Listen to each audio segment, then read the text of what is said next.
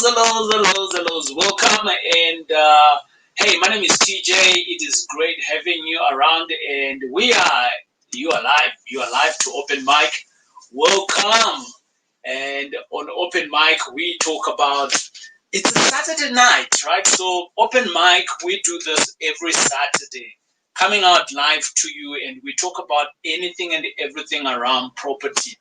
And if you've never been here before, right, the thing is that we do property in 4 towns: Johannesburg, Pretoria, Cape Town, Durban, and we predominantly do what is called affordable housing. This is from a bachelor all the way to a 2 to 3 bed. And we buy properties on our own, and we buy with our partners. And out of it, actually, today I'm going to bring you in one of my key partners. You know, when I say key partners, is that it's all about property management today. That's what we want to talk about. It is quite easy buying a property. I always say that buying a property is an event, right? And thereafter, there is a process which actually gives you the success that you're looking for. Because if you're not able to manage something, then the success does not come. So if you're here for the first time, we talk about everything and everything around property. And today, I want us to speak about 2 things. When you're signing in an offer to purchase, there are certain things that you already want from the previous owner, or should I say, there are certain things that you're going to be looking for from the seller, because you're the buyer in this instance, isn't it? So there are certain things in documentation and all of those things that you're going to require way up front, or even way the conclusion of a property is done. And I want us to dive in a little bit deeper here in terms of why would you actually want whatever that we're going to be talking about. So without wasting time, it is opeNMic, and remember, this is opeNMic. You get to answer. You get to ask questions, not to answer. You get to ask questions as we go along with whatever that we are discussing, or even anything outside what we are discussing, for as long as it is property related. And if it's been your first time, a high five to you. Well done for pitching up. And if this is your second, third time, welcome back. Now, without wasting time, let me bring in my partner. And this guy here, he's been with me, and I've been with him for the longest time. And he's kind of like, you know, I'm out there talking about property all the time. And people have always asked me, so who's managing these properties? And I always tell them that someone else has got my back. And here is the guy who's got my back all the time and showing us how it is done. How's it going, Bevin? And welcome aboard. Thank you, TJ. Good evening, everyone. Yeah, awesome. A pleasure to be here tonight. Awesome introduction stuff. there. Awesome stuff. Yeah. You just need to imagine that we are in a big crowd, and people are clapping up, and they're saying, "Yeah, Bevin, yeah." And yeah, good, man, good. Who is Bevin? Let's start off from there, because I think people might not know you, but who is Bevin? Yeah, so awesome. So as TJ says, I've got his back, and I think that is important. We are business partners, so I'm one of the one of the partners in M5 Property Addicts, and within that, you guys know a little bit about M5, so that's a great foundation for you to understand who I am. I'm based in Durban, and Durban basically being my focus for the greater business, the property investing business as such. Then where I come into play on the property management side is what we found is through our success as M5, we're slowly building this portfolio, and we're finding that one property was with this agency, another property was with that agency. This agency is giving their reports and their information the way they want to. They're dealing with the tenants in certain ways. Their lease agreements are different. All that sort of collection and payment structures, it just got super confusing, impossible for us to control. So it was quite great. We had the internal discussion. We focused on trying to clean that structure up for ourselves. The first route is, okay, how do we manage all the information that we get? And it really came down to a case of, well, that's going to be impossible. It's going to be this mountain of information that we've got to clean up. So we sort of said, okay, we need to do something in-house. And that was where our business, FrostPeak Property Managers, was born as such. And I've taken that role on quite aggressively. I think I've been ideally suited for it because of my personal background in construction, and that's given me the tools to be able to pick up any problems on the properties, pick up any issues, and deal with the maintenance side quite effectively. And with that, as a property investor, my approach to property management has been completely different to anything that we experience from our normal letting agents, because a letting agent, if I'm honest, their role is to find your tenant, collect the rent, pay the rent, or take their commission, pay the leftover change into your bank account. And it really isn't a situation where they have any of your interest at heart. So that was one of the most important things for us, is to, instead of just be a rent collector, we needed to be solid turnkey property management company. And that's really been the foundation for what we do. We look at all our properties, personal properties within the M5 properties that we manage, and the external clients and partners properties that we manage. And we look at those properties as an asset. We look at them as a business. So our prime focus is making sure, number one, data comes in correctly. The owners of the property gets all the information that they need so they can see the performance of that asset. And everyone knows in this game, our focus is on making money when you buy, profitable property investments. We don't want to be subsidizing our tenants to live in our properties. We want them to be paying for our future, paying for our retirement, and so on. So the only way to do that is to make sure that you're getting the right information, you're looking after your properties correctly. And that for me is the biggest and most important thing and role for FrostPeak, is to focus on getting the right asset information, doing the financials correctly, finding the right tenants, making sure we optimize the properties. When I talk optimizing, a lot of that means some of the properties we inherit are in a state where it isn't really optimized to get the best rent. And part of our processes and the experience that we have as a group is to look at it and go, okay, well, actually, we can add this, we can take away this expense and make it more profitable. So I think that's really the gist of what we've changed in our game and our approach. Awesome stuff. Ladies and gentlemen, if you didn't know that, I like talking. There's Bevin. I asked him to just introduce himself, and he's like taking on the whole entire 10 minutes to talk about his business and everything else. But nonetheless, we've got on about an hour. So if you've never been here, this is your first time, we do this for an hour. So we're here from 8 o'clock to around about 9 o'clock. You don't have to wait for a particular time to ask questions. In the comments, you can already ask a question right now. Now, FrostPeak is a management company, a rental management company that is available for my business and for you if you are a property investor. And FrostPeak is a subsidiary of M5 Property Addicts, and Bevin is the guy who leads that business in terms of property management. Okay, so he does all of our property management. He is doing now, with our own assets alone, he is doing just above 200,000 tenants. So those are the doors that he's managing and tenants that he's 200. managing. It will be nuts. When we hit 200,000, that will be awesome. One day soon. It's coming, but it's coming, right?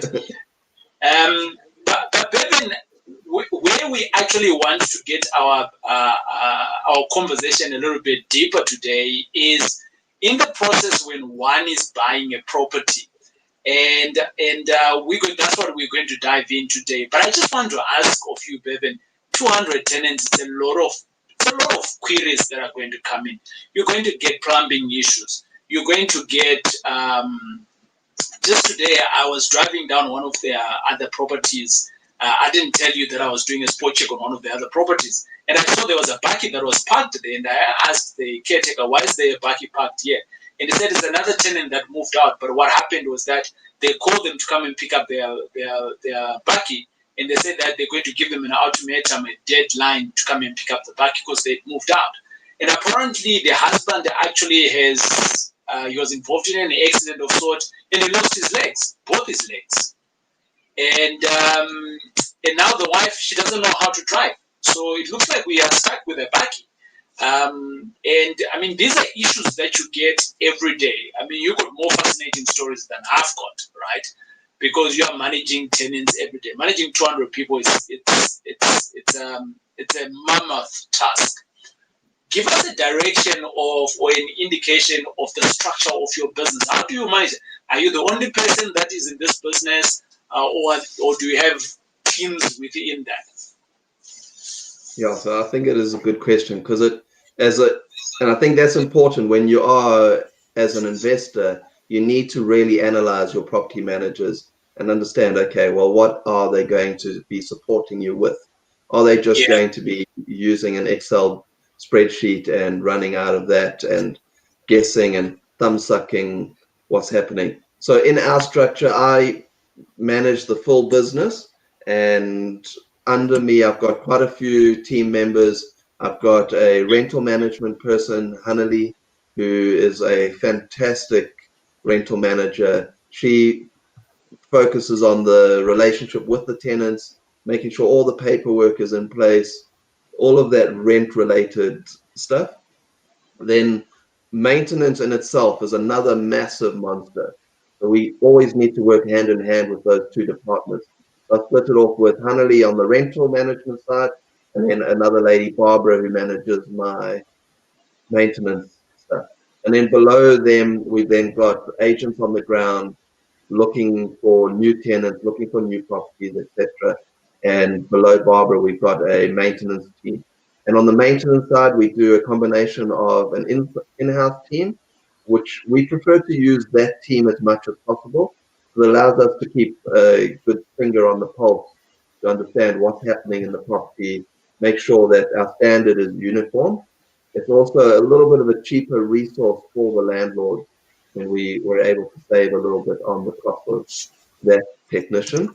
And then we make sure that we're able to move quickly. So if there's emergency work, we've got some very good local area specialist plumbers, electricians, for those like emergency, like you need to sort something out for the tenant, otherwise they're very unhappy. So we have those guys locally. And then the next level is I'll try and word this correctly, but almost an outsourcing company that manages qualified technicians. And that's quite nice. So we don't have to go and vet all their technicians. They've already done that accrediting. They've checked their work standard and so on. And we work in partnership with that company. That company's got a reputation to protect. So if the work is subpar, we can nail the outsourcing company and run from there. So that's on the maintenance side is very important. And then on the rental side, we're mainly focused on like procurement, but it really is a business that needs people to be constantly checking in with tenants. On the rental side, it's you haven't paid your rent, chasing up, because people, and I think as any landlord, you'll realize it quickly, people are really strange. They don't have the same values as what you do, so you've got to expect very funny habits and sort of manners, because when you agree on a lease being paid on the first of the month, people kind of think of that as being like a soft date, and no, it's all right, I'll pay when I pay. So you need someone who's just pushing and driving them hard. Awesome. Thank you, Bevin. So, Bevin, let's jump into it. I think the point of discussion that we wanted to dive into in here is, I think I'm going to start talking about the process of buying a property, right? And buying a property basically means that you put in your offer, and a lot of people, they go in onto a property, they see it, and then they say, okay, fine, I want to buy it. But at many a times we put in a suspension conditions, and I think the most widely known is that once someone puts in an offer to purchase, they're putting in a suspension clause to say that they want the property to be bonded 100%. So with a bank, and if that's not the case, then they're not going to go ahead with the deal.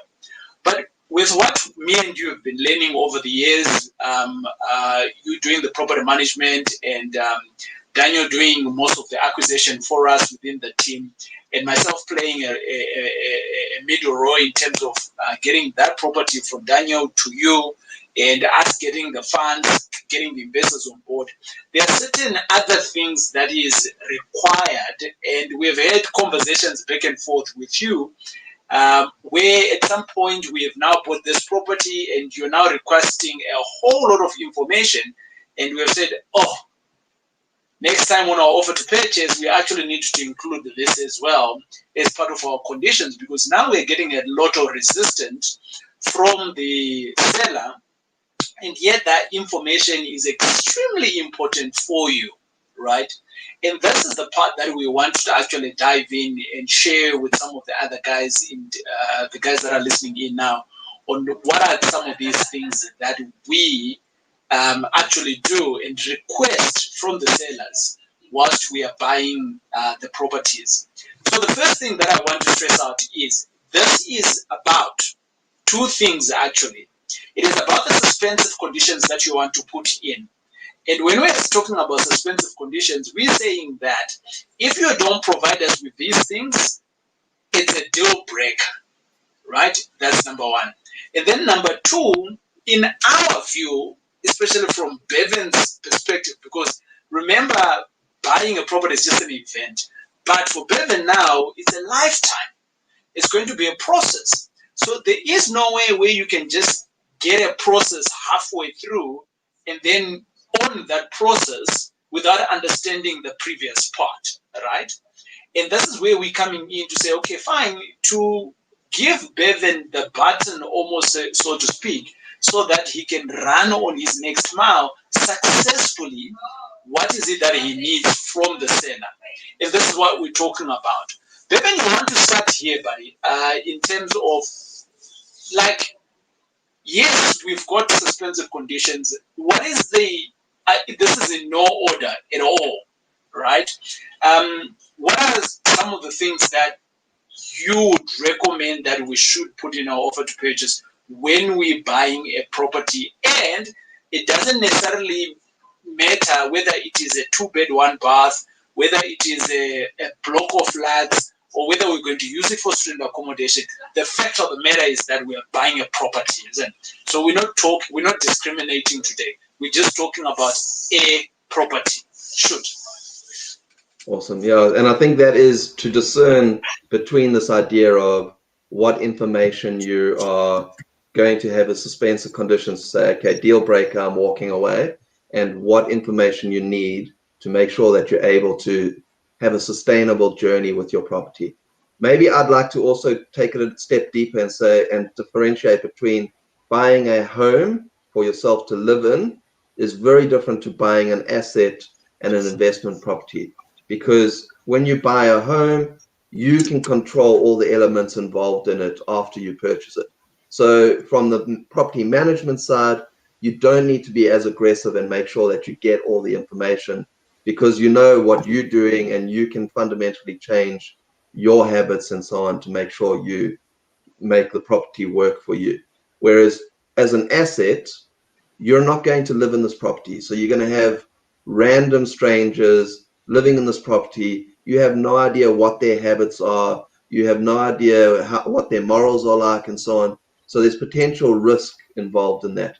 So for me, the most important thing is to really get a grasp of the historical performance of the property. And I think that's important on your offer to purchase. Is you can get away with asking the seller after you signed the offer to purchase, and say, hey, please, can you send me this information? But I guarantee you, because it's not on the offer to purchase, they won't send you that information. We've had it, we've experienced it. It's just one of those things that, hey, I've signed the paper, it's with my lawyer, you need to pay the lawyer, and then you own the property. I'm finished now. Versus if it's in the paperwork and they have to provide you with that information, then they actually follow through and they provide you. So for me, it's important. Put it into the documents. Again, this kind of management stuff isn't a deal breaker, but it's nice to have it enforced by the conveyancing attorneys. So make sure you put these items in. For me, what I'm trying to get hold of as far as information goes is the history and performance of the property. So one of the most important things for me is to get hold of the historical municipality bills. And to be honest, I would aggressively push for at least 12 months.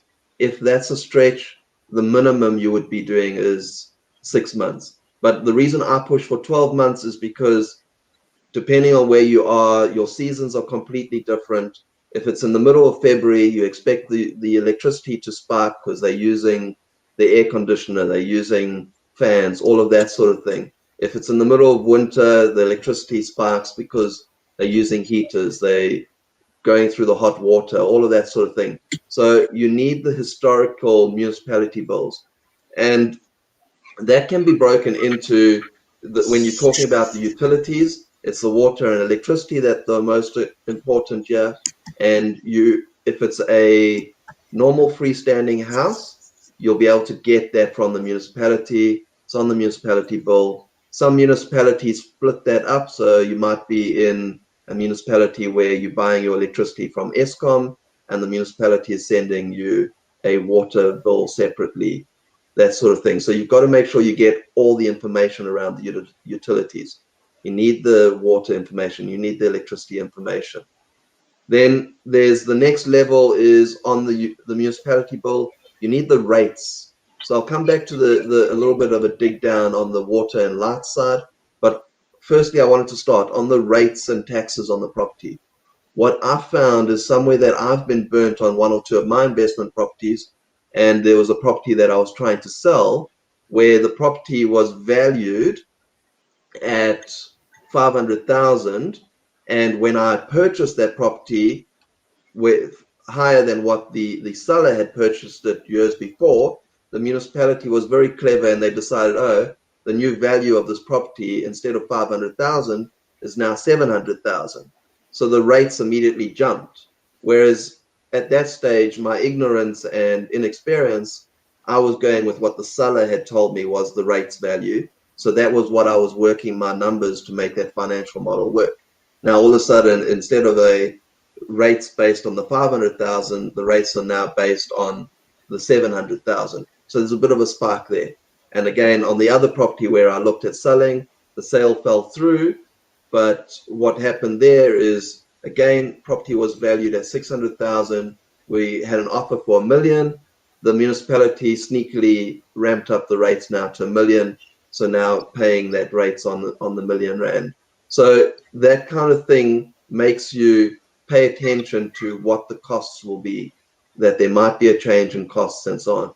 So it's important to understand what the old rates are, because you know there's potential to change in your new rates. Awesome. So you wanting to ask something there?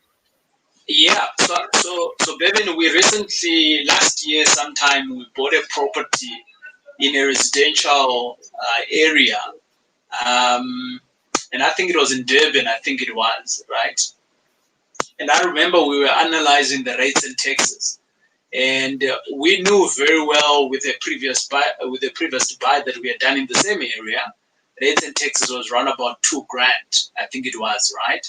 But this particular house that we bought, the rates and taxes was on 10,000 rand. You remember that one? Correct, yeah. Yeah, right. No, exactly. And here's a warning straight away. Yeah.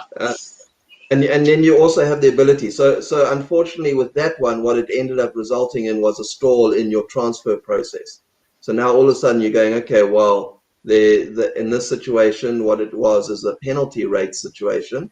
So now we're waiting for the municipality to reverse that penalty rate. So we had to go through a process of having the property cleared up, having the inspector come in, check the property, make sure that the circumstances that had resulted in the illegal usage of that property had been corrected, and then we could start that journey. So now that adds an extra cost to the whole process.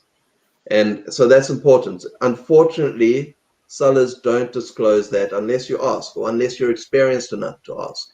So either we don't correct that and we end up having a 10,000 Rand rates bill every month, which we're not expecting because we're basing it on our formulas and getting to a 2,000 Rand rates bill. Now your numbers are completely skewed. You can look at that, an extra 8 grand. It would be fantastic if if a project could swallow that, but really that's 8,000 Rands worth of profit that you were hoping for. So it's very important. Yeah, let's jump on to that one, Bevin. I think that's a very important discussion there, because at many a times we actually don't know. If you're buying an investment property in a particular area, and maybe this is your first time round, and you just see rates and taxes labeled as 10,000 in this case, right? So you're going to assume that that's the norm, whereas it's not. So when you're suspicious of such kind of things, and the one question that I want to ask is, what can you do? So you're suspicious of something, you haven't even bought the property. So here, it's in the offer to purchase. And I almost want to give an indication of how do you ensure that you actually get all of these things in your offer to purchase. What we have found working is that when we put in an offer to purchase, we then dictate all of these grocery list as conditions to us, and we will not pay for transfer fees, right, until all of these are met, right? So until all of these documentations is met, all of these grocery lists that we're looking for is met. And that also gives you a handle in terms of the documentation is going to be given. Because sometimes we have also paid for transfer fees, and then the other information that we have asked for, it doesn't come through, isn't it? Correct, yeah. And this is a great opportunity to make your estate agent work. And I think if I could see everyone, I'd ask you to raise your hand and say, how many of you have bought a property, signed that piece of paper, and you've never seen that estate agent ever again? Like, that's it. Right. They've gone, thank you very much, I'm taking my commission, I'm gone. So if you can force this sort of thing into their space, it's amazing how all of a sudden an estate agent will work for their commission, and they'll do the running around. You don't need to rely on the conveyancer. That estate agent now knows to get his money in his bank, he's got to do these jobs, and they start running for you. 100%. Let's come back into the penalty, because the penalty here, it might be a new thing for a lot of people. And guys, keep asking all of your questions. I see that questions are coming in. I am going to jump onto the questions just now. But I want to ask something here, Bevin. What would give the municipality to give a landlord or owner of a property a penalty? And if you don't adhere to the penalty, what then happens later? Because me and you, we have experienced this, and we have managed to rectify it. So let's talk about what causes that, and how what can potentially happen, and then we'll then close off this comments here around rates and taxes with how can you rectify it. Okay, perfect. So there's a couple of things that cause it. The most common two are using the property for the wrong use. So you would know about a property being zoned for residential. There's various levels in residential depending on the density that the city wants you to have. So you'll have res 1, res 2, and the higher you get up on the res level, the more dense you can make your property. So that's one level where the zoning of the property or the use of the property is not as per the zoning. So an example is this property we're talking about.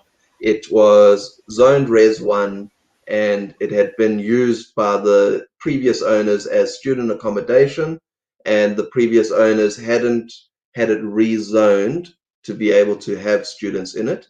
And the neighbors really did boycott that property, and as a result, the municipality had to punish that property. So they've then made that almost a penalty rates level to force the owners to correct and make the property, or turn the property back into a residential property. That's one level. That's one reason they'll do it. Another reason is if you go and you renovate a property, and you just basically talking to your builder, say, I want to put this back room on, I want to extend here, I want to do this, I want to do that. Builder says, yes, sir, no problem, because he just wants his money in his bank account, and he goes and does the work. And you then get a town inspector come around and go, oh, where's your approved plans for this extension? Where's your approved plans for that back room? And he will then force you to either tear down the structure that's not on the plans, or they'll give you a penalty rate until you correct that work. Awesome stuff. Now, how do you then rectify that challenge? So there we are. Actually, we bought a house. Bevin is very nice here. He's not talking about the brothel that we bought. So we bought a brothel, but I was saying to the guys, let's keep it. We are going to be in business for the longest time ever, for as long as we recruit, young and fresh. And Bevin was saying, no, we should not, and I was saying, yeah, let's do it. But nonetheless, the property that we bought, the reality of it was that it was actually a brothel, and we didn't know at that time. And the council had actually now made that property to be, they put penalties on it. Just walk us through the process now of rectifying that, because obviously this property was not a business property, and it wasn't zoned for that. I mean, there are brothels around our neighborhoods and things like that, but they're supposed to be in the right zones, isn't it? Right? So whether I'm not sure where you get brothel zoning. I haven't seen it yet. Yeah, it's a maybe business, man. like district in Amsterdam or something. It's a business, man. It's a business. Yeah, but on a serious note now, Bevin, how do we rectify that? With the council now, you're paying 10,000 as opposed to 1,000 rand a month. Maybe before we rectify, what's the worst that can happen? So eventually, unfortunately, the municipality will be aiming to repossess the property. So they'll basically penalize you into the ground, where you basically can't afford to pay the bills, and they'll have to repossess the property. So for them, that's the nicest one. They repossess the property and they sell it to someone who's actually going to do the right thing. So that's their goal. They're hoping they don't ever have to get to that, so they'll punish you, and you should hopefully change and rectify the problem. So maybe just touching on the legal building side, that is either you've got to bash down what you've done illegally, or you go through a town planner, have the architect draw and submit plans, get approval, and then they'll sign off, as they call it, an as-built situation there. And then once the town planner has approved it, they'll then reverse the legal zoning or whatever, the penalty rates. That's the word I'm looking for.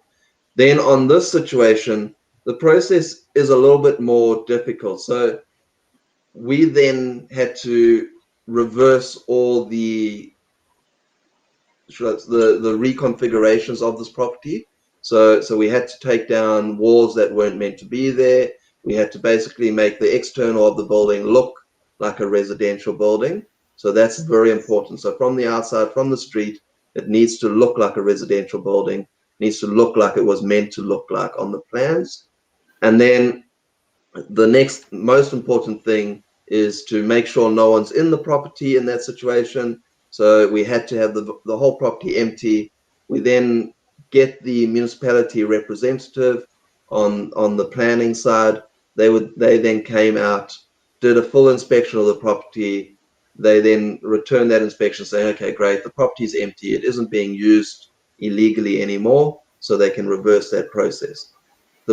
thing that you need to remember is they're going to sort of have that property on their radar, and if there's any complaints from the neighbors that comes, they'll immediately come in, reinspect. If you've gone back to what they had as issues before, they'll quickly reinstate those penalties, and then it's a long process again to reverse it. Okay, cool, awesome. Thanks on that, Bevin. So it basically means that when you are now signing your offer to purchase and you didn't ask for rates and taxes, then all of this that we've just spoken about within the last 15-20 minutes, you wouldn't know about it. And as the transaction now goes, then there you're faced with those challenges. And you kind of like stuck with that deal, right? If you don't know how to maneuver that. You put your big deposit in, and now that deposit's not earning money for you anymore. You've maybe started other processes that have been expensive. So, and now it's also your problem because you're already 100% committed, versus you can say, whoa, hold the bus and send the seller in to go and sort out all those problems. Awesome stuff.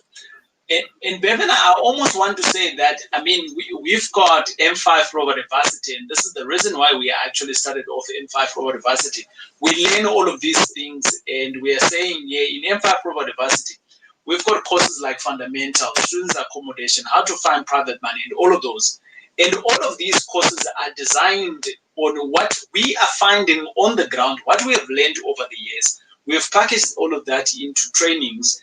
And we ran Black Friday, and Black Friday we were saying that if you're a member in M5 Property Varsity, all you now need is to buy one course, and out of the one course, you get everything free that is in the varsity. And right now, I mean, the last I checked on M5 Varsity is we've got worth, if it's normal pricing, it's around about 60,000 Rand. But if you get one course, we're discounting you one course again at almost 90%. You buy that at 597, and you get everything. So it's really like a no-brainer. So for some of you, you can click in the bottom there if you haven't capitalized on that.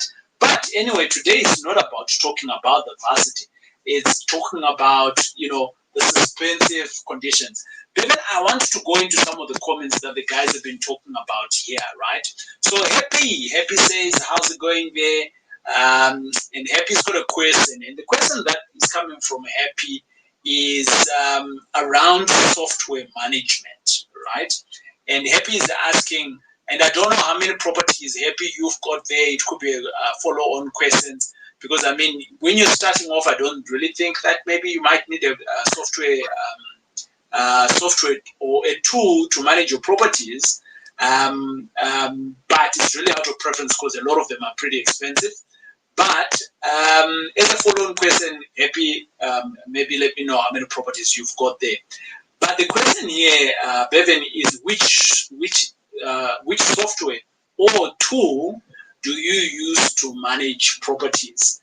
And Happy, I want to ask what kind of properties are they as well? But I'll give Bevin a chance now before we go to Taurai. Okay, yeah. So software is very important. So on Frostpeak's side, we've got different elements. So we want to manage projects. So that's like a full renovation. We want to know that that's run correctly. So there's project management software involved there. Then we run a product called Red Rabbit, which is a property maintenance and inspection product that we then subscribe to. It's feasible for us because we've got so many properties, so many tenants, so that like it works basically the higher numbers now reduces the cost factor of that solution. If I was a standalone property owner, 1 or 2, maybe maximum 5 properties, it would make sense to just do it sort of through your email management, any sort of like free solutions like that, and obviously dealing with your local contractors and so on. But because we've got so many properties, we need to make sure we know exactly what problems there are. We know where they are as far as urgency goes, and then that we're scheduling that work out as soon as possible to keep our tenants who are our clients on one end and our landlords who are the other client on the other end happy. So maintenance, depending on how many units you have. The most important thing, I think, for me, it doesn't matter how big your portfolio is this is a business. So you make sure that you run it as a business. Everything you do, you need to track all the financials. So there's quite a few software solutions for accounting. The one that we use as a business is Xero, and then there's a few free ones out there. In the past, I've used one called Wave, and that the idea there is to use this accounting as if you're managing the business. You're getting a profit and loss report out of that. You're getting a balance sheet out of that, so you know, hey, my asset is worth this. I've still got this much liability. This is what my equity is worth now, and you're running that sort of thing constantly. It makes it so easy for when you're doing your tax returns at the end of the financial season, where you just print that profit and loss and you fill in your details on your e-filing return. So that is important. If you've got one property, and as you're scaling up your properties, you're just adding that into that accounting package. Then from a bigger perspective, it's important to start getting, if you've got lots of properties, managing it that way with an accounting software package. But your bigger management companies then use management specific software, which allows you to manage properties for other landlords and so on. So that gets a lot more expensive and isn't really feasible for the average investor. Right. Thanks, man. I'm going to go to Tolo. I hope I'm pronouncing the name correctly there. It says, speak up. Thanks, Taurai and Bevin for the session. He got one question here. I am pre-qualified for 500K loan from the bank. Where should I start? I want to start investing, right? I see he's got a follow-up questions as well. And the follow-up question is, I'm in the finance mining industry, but I've also had an interest in the property industry. Do I really need a formal education to get into property management? And the answer there that I'm going to give you, Tolo, is jump onto the opportunity. You have just found us at the right time, man. So jump onto the opportunity of the Black Friday, and it's there on our Facebook. It's also here. When this video finishes off, we're going to populate it in there. Basically, you become a member of the varsity, and out of that, you get to also buy the fundamentals first. Learn how to do it first. Learn how to run numbers. And thereafter, you can utilize your 500 correctly with the right structures and things like that. Your 500 could carry you a long way. Sianda Bembe, they got a question here. I think it is. Good evening, financial and economic giants. Whoop, whoop, right? And to all meeting attendees, thank you, giants, for this glorious invitations. It is a blessing. Good stuff. I mean, for as long as it is adding value to you, Sianda, we appreciate it. This is why we spend our time. Bevin, he's got 2 kids. I've got 2 kids. We could be spending time with our families right now. But we decided, every Saturday night we come out and do this. Bevin, we spoke intensively about the one condition that you want to put in and why it actually helps you. And that was around the rates and taxes and the municipality, the utilities usages, right? And for you, it then helps you. I think I want to jump into something that was very fascinating. At one point, we bought a building, and this was the first time I started hearing you actually saying, in this building here, there is 100 people as opposed to 20 people that are staying in that building, because we've got about 20 units in a building. And I asked you the question, like, how did you figure out that there's 100 people in there? And you said the ratio of usage versus per person is not adding up. Just walk us through that, what we're talking about, because that was fascinating to me. I've never thought of it that way. Yeah. Yeah, so you always complain because I love to analyze all this data and make sure it comes. But it is important, as I say, like constantly, this is a business. Like we need to know what the data means for us. And Right. what, like that's one of the important reasons why I suggest get your municipality bills, get your, some of the properties are in a body corporate, get your levies accounts where they show you how much you're paying for water and electricity on that property. Because if it's a freestanding property, or for instance, if you own a whole apartment building, then you want to know exactly what the history of that property has been, because you'll probably find that at some point there's been a spike in water usage, as an example, where all of a sudden there was a burst pipe. It took 1 or 2 months for the owners to find out, and they corrected it, and that spike came down again. So if you haven't seen that, you might just by chance get the property transferred into your name, and the very next day there's a burst pipe underground. You never know about it, and you don't have a clue what the history of usage is in this building. And as a result, you're now paying every month for the rest of your life this massive wasted water bill, instead of knowing, hey, actually 2 months ago, when the seller had this property, the water bill was a tenth of the price that it is now. So that's one of the biggest reasons I look at it. Also, another reason is all of a sudden the tenants change habits. So before they would have been very conservative. The old landlord might have been living on the property and therefore walking around saying, hey, please close the taps, that sort of thing. Now you're a remote landlord. You don't have that much control. So if you've seen the history, you can then go, okay, these tenants are now using too much water, what's happening? And you start controlling things like that. Then I come down to where I start analyzing it is on my properties. I make sure that I record once a week. We get a reading on the property, what the water usage has been for the last 7 days. We compare it to the 7 days before. We then compare it to the number of occupants in the building, because then we know, okay, it should be an average of X per tenant. And just to give you a ballpark figure, what I bring it down to is a cost of an average of 180 Rand per person in a unit.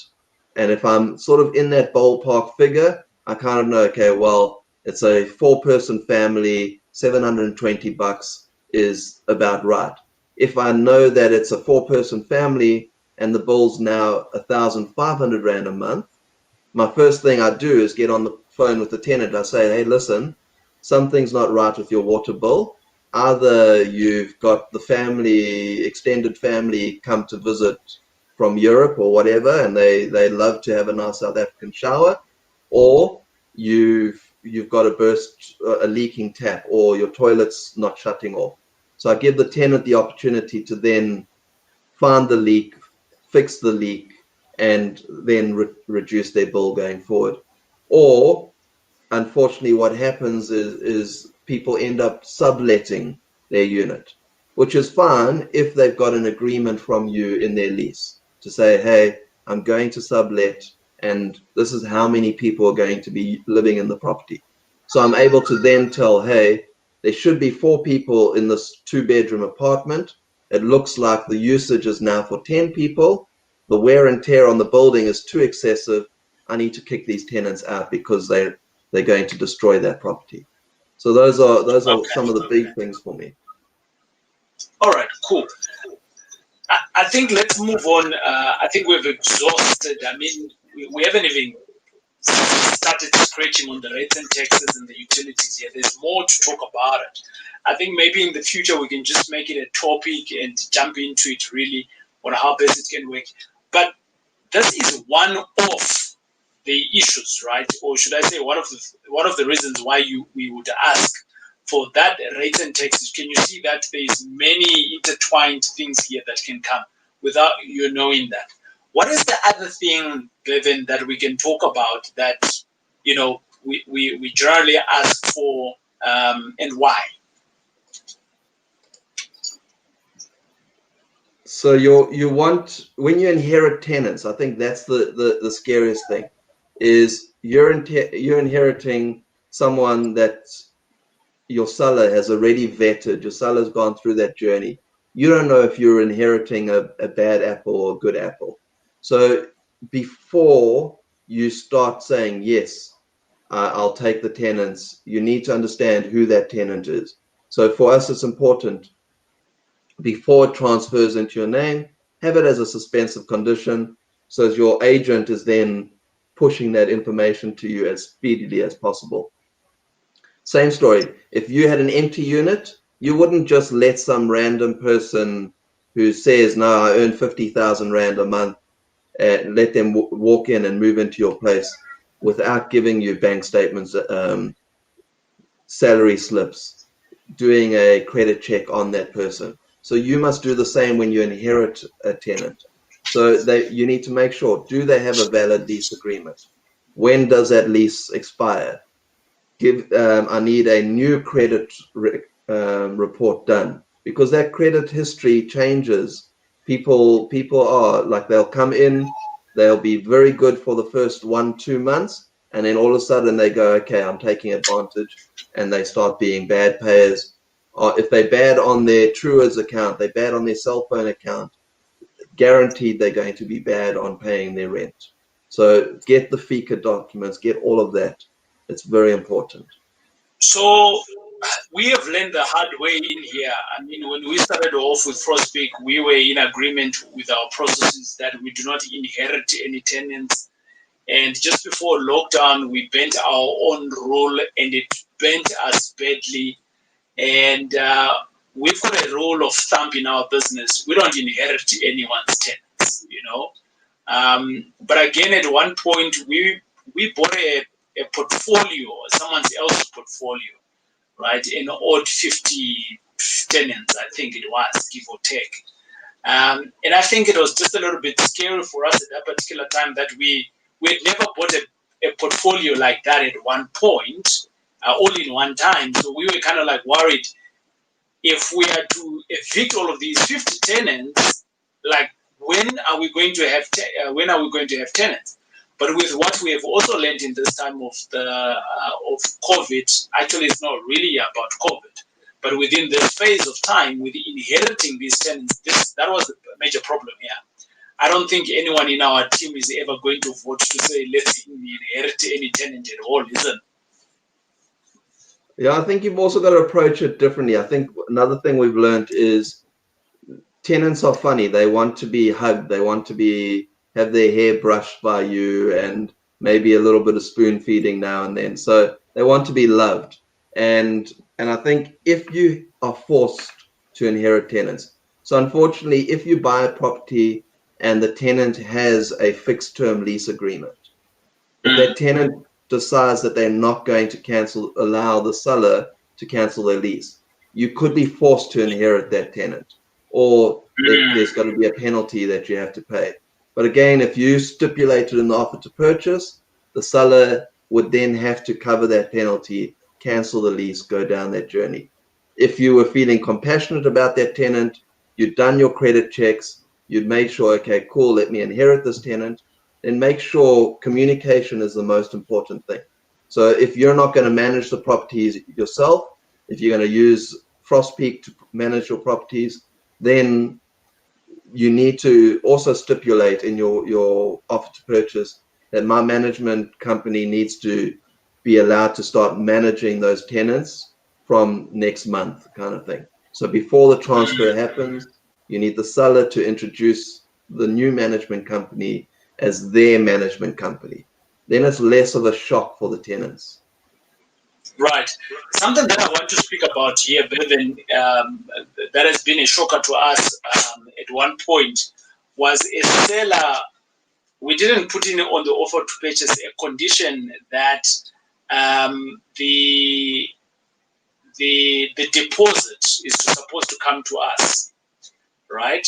Which is normal practice actually, because whenever you're buying a property and there's tenancy in there, the deposit should move with the property, not move with the landlord.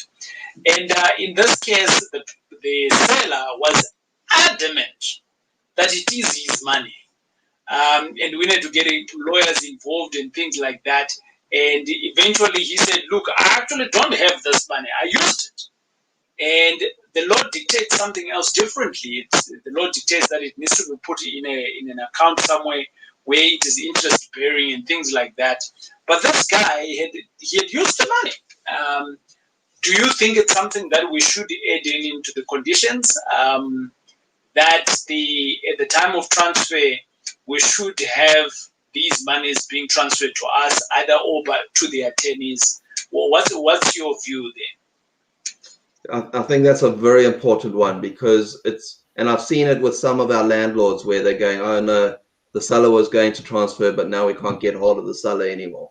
So you need to make sure that that money goes firstly to the attorneys. So the attorneys can put it into their trust account.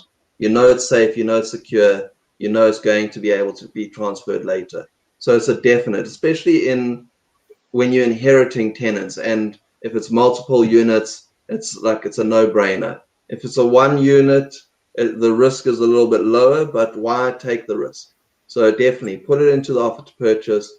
Deposit needs to be transferred to the attorneys, and then after the transfer, the deposit's then transferred to your managing agent. So if you are managing it yourself, by law, you should put it into an interest-bearing account. If you're managing it with an estate agent, they should put it into an interest-bearing account, and they should be keeping that information solid for you. Okay, cool. Then we've got around about 2 minutes for us to close off, but I just wanted us to speak about insurance policies.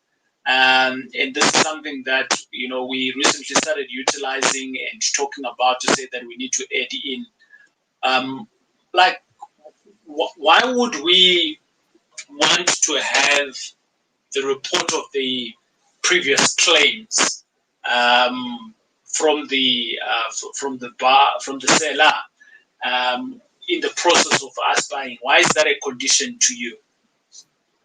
So again, it's just, for me, firstly, it's data that I need. And also, again, if your new service provider is going to be insuring the property, they kind of want to know what their risk is going to be.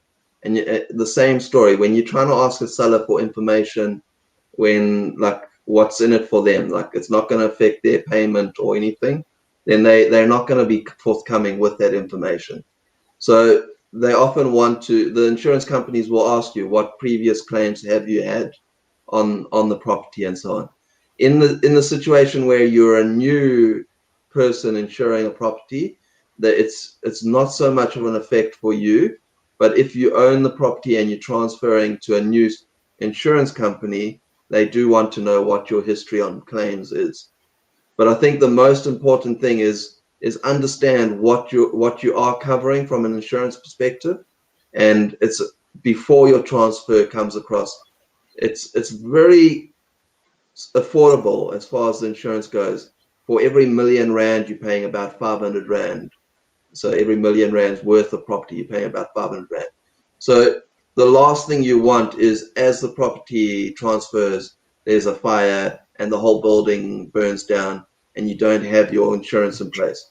So I almost hazard on the idea of getting it insured before transfer happens, because you don't want to be panicking and getting all that in place afterwards.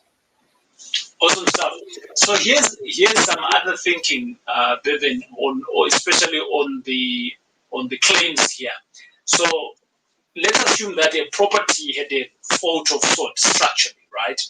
And the seller actually rectified it, about a year or 2 years ago. But the problem here is the actual land that the property is in. Maybe it's a clayish area. We see these properties like this. But it was rectified at that time. And there you are, you're buying it. The reality of the matter is that at the time of buying, there is no problem. So they are being truthful to you, right? But if you are going to ask for previous claims or a claims report, if you ask the question for previous claims, it's kind of it's like, what are you looking for?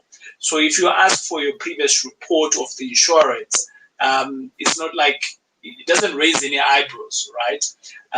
But for an acquainted property investor, they would know what is it exactly that you're looking for. So for that reason, if you get that report, it then gives you a clear indication of all the issues that have happened on this particular property for as long as they have had that property. If they're not able to provide for that, then there is something fishy there. You might want to do a little bit you might want to dig in a little bit deeper in terms of your due diligence, or you are accepting the risk that is coming with it, which is unknown. Yeah, 100%. I think those are great points. Okay, awesome.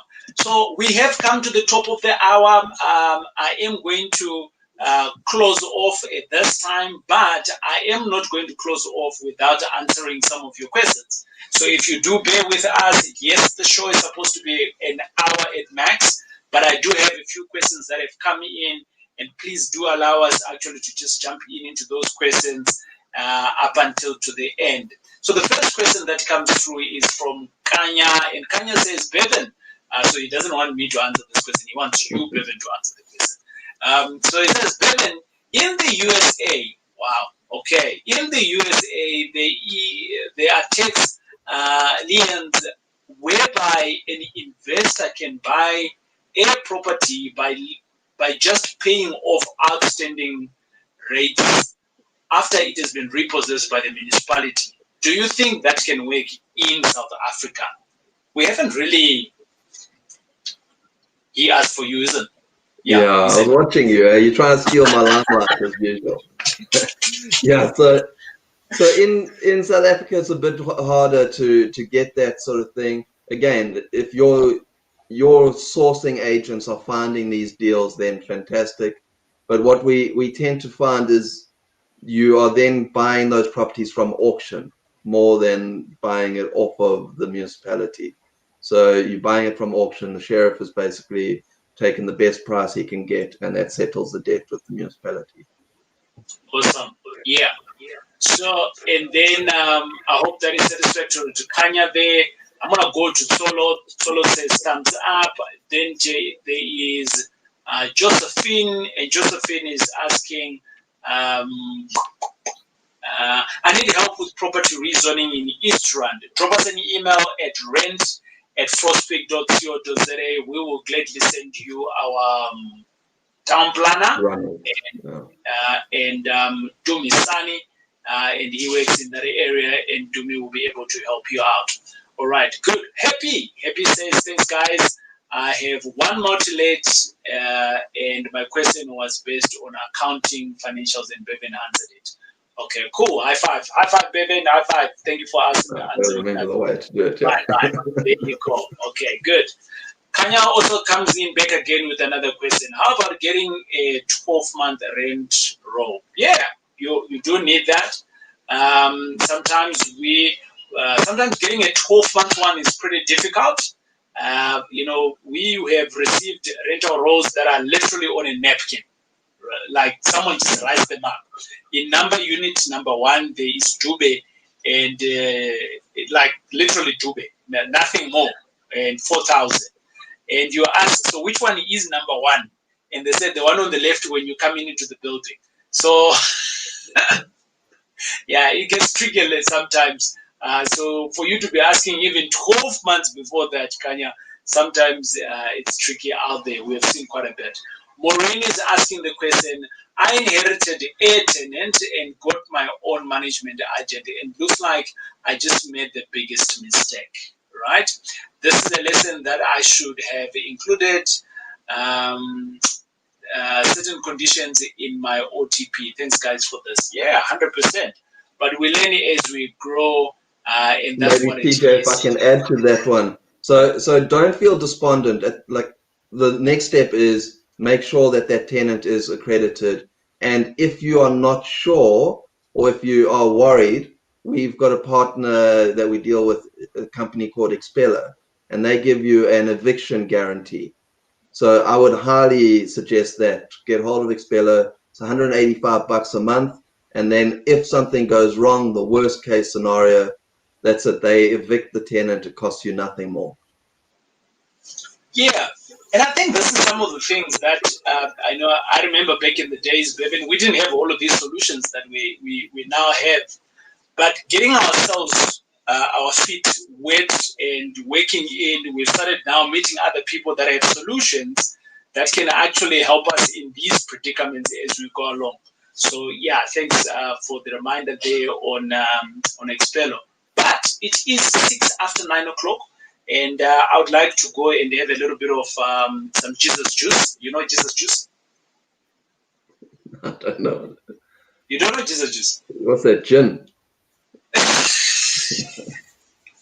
No, it's not gin. The first miracle that Jesus performed, what did he do? What did he do? Okay, you won. I'm sure your wife Yeah, hasn't left you any wine at this time. She's finished the wine. you're very right. My wife haven't left any wine for me. Ladies and gentlemen, it's been great hanging out with you today. And if there is any other questions, yes, drop them in the comments. We will get to them. But if it is property management that you're looking for, yes, Bevin is able to help you out. And if it is around suspensive conditions and things like that, we have been talking about it. There is a previous video that we also did a while ago around suspensive conditions as well. So you can fuse what we spoke about today, what we spoke about then. Today we were focusing on more around if you're buying this property and what are some of those things you really need. I mean, we didn't touch on a lot, but I mean, I'm sure it gave you a little bit of context. And if you've never done any property education at all, right? We did say that the varsity is there. The Black Friday is still going to run up until Monday.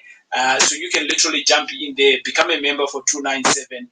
And out of that, also, you can buy a course and you get all the courses that are available in M5 Property Varsity. Any closing comments there, Bevin? No, awesome. I think it's always a privilege for us to be able to share our experience, because we don't want other people to make the same mistakes we've made already. 100%. All right, good. Happy Saturday evening. And we'll catch you again next week this time. If you know someone who might be having an interest in what we're talking about, Saturday night, 8 o'clock to 9 o'clock, we are here. We talk about anything and everything around property. You get to ask any questions like you did today, but we'll obviously have a topic in discussion. And today I'd like to thank my co-host, Bevin Thomas, as we were talking about property management, and he is our property manager for all of our properties, managing just over 200 properties across Johannesburg, Cape Town, Durban, in the 4 cities that we specialize. Good night. God Good bless. night, everyone. Goodbye.